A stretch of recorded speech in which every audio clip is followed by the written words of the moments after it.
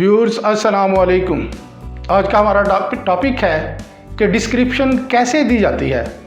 Playlist के अंदर हम अगर डिस्क्रिप्शन देना चाहते हैं तो उसके लिए क्या वे होगा, इसको जानने के लिए आइए लैपटॉप पे चलते हैं। पेज आ गया, यहाँ पे हम YouTube पेज खोलेंगे। YouTube पेज खुल गया। राइट साइड पे देखें, इस चैनल के साथ खुला हुआ है। नंबर 3 पे देखें, YouTube स्टूडियो लिखा हुआ है। इसको प्रेस करेंगे तो एक नया पेज हमारे सामने खुल जाएगा। लेफ्ट साइड पे आ जाएं और प्लेलिस्ट में आ जाएं। नंबर 3 पे है, इसको प्रेस करेंगे। अब ये हमारे सामने प्लेलिस्ट खुल गई हैं जिसमें डिस्क्रिप्शन देना चाहते हैं। ये बटन देखें एडिट का, इसको प्रेस करें।